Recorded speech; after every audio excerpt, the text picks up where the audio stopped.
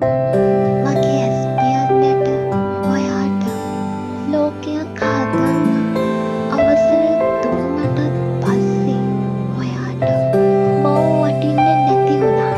දැන් ඉතින් මම කැමති පැත්තකට වෙලා ජීවත් වෙන්න.